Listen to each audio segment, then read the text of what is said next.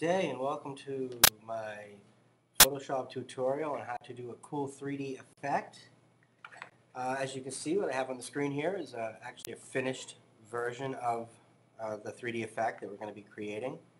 I've chosen a pumpkin picture for this particular project, so what I'm going to go do is go ahead and pull up that picture, and there's the pumpkin before the 3D effect is applied.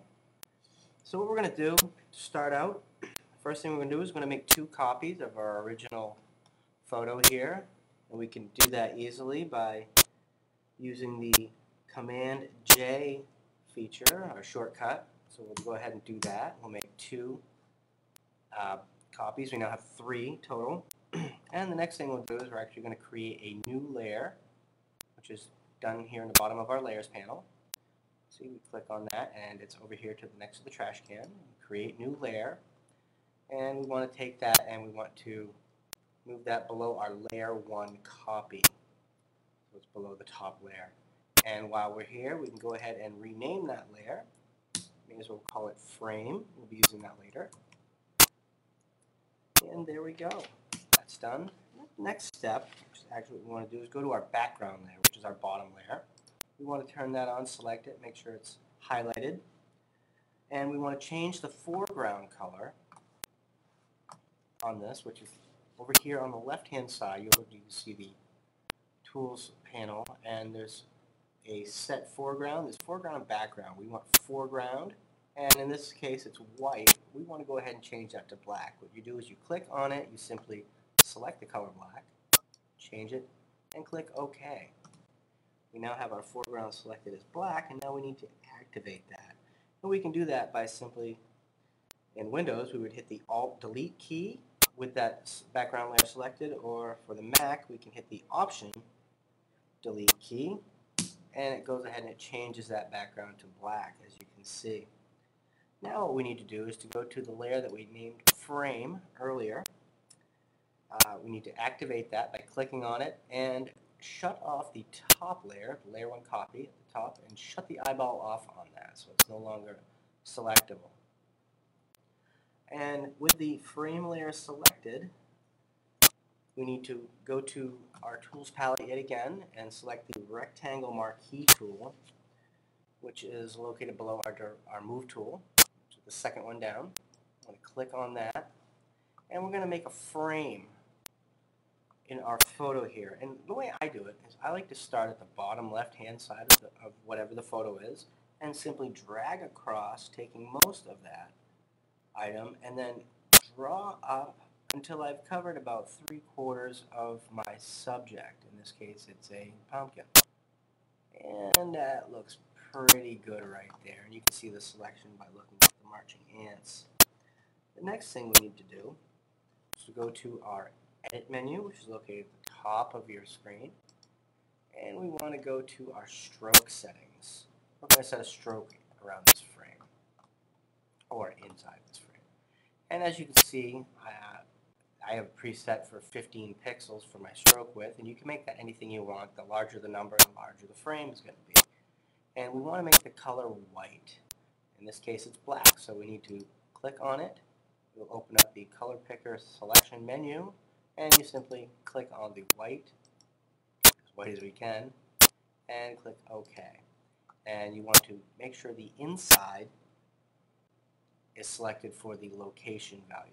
Okay, and then you simply click OK, and there we have it. There's our frame.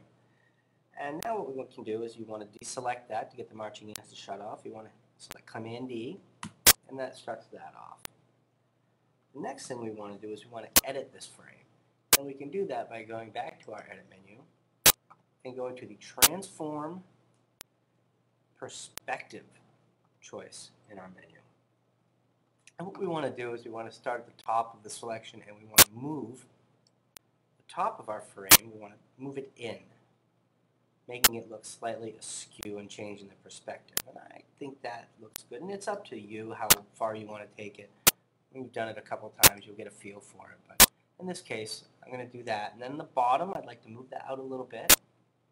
Yeah, giving it sort of a flat view, if you will. And then what we want to do is hit return or enter to accept that choice.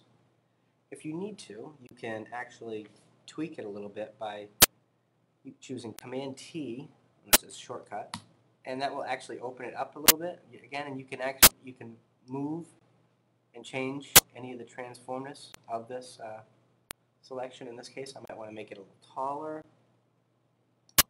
And there, that's good. And we'll hit return, and that selects that.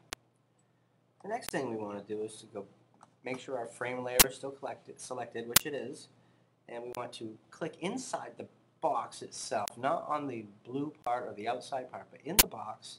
And while we do that, we want to press Control for Windows or Command on Mac. So you want to hold Command. You'll see a little square come up on the little hand inside the frame, and select it.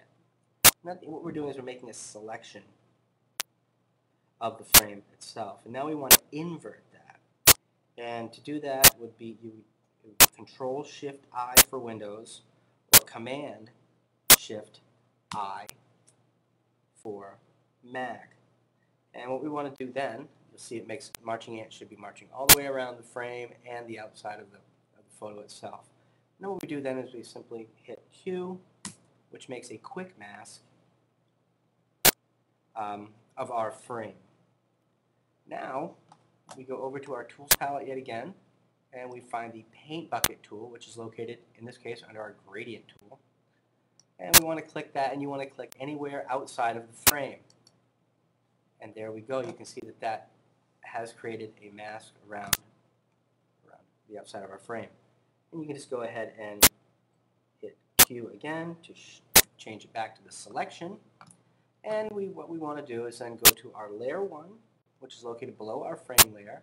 Click on it. You want to activate that, and then add the layer mask. And at the bottom of your Layers panel, you'll see one of the icons next to the FX in this case, and Add Layer Mask. And we simply add that to the layer. And you can see what happens.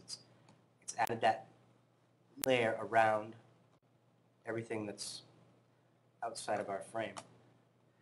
Okay, the next thing we want to do is go back and turn on our top layer. Again, the one we shut off earlier.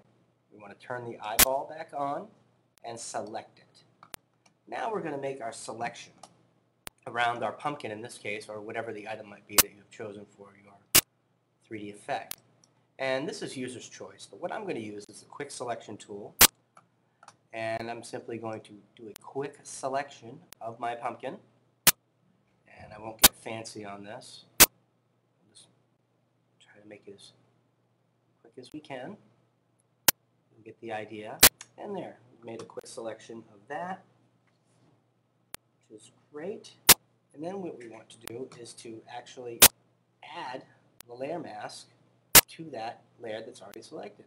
And there, we've gone ahead and done that. And look, as you can see, the selection is now outside the frame, is giving it a 3D effect. But there's one more thing we can do.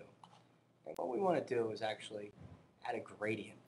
And we do that by selecting our background layer at the bottom of our selections, of our layers. And we want to go to our tool menu, and underneath the Paint Bucket tool is our Gradient tool. It's where we started. And you want to go up to your Gradient editor at the top, and you want to look and see that you have the black and white option chosen. In this case, I do. And we want one to the left, to the right of that is the other gradient selection choice, and you want to make sure that the black and white is selected. Then what you can do is you can go to the top of your file or your page, and you can hold the Shift key and simply click and drag a line straight through your photo and release when you get to the bottom, and there we go. We've added a nice gradient to that. It gives it effect, it gives it depth, and we've made a 3D version of our photo. Hopefully you found this tutorial useful, and happy editing.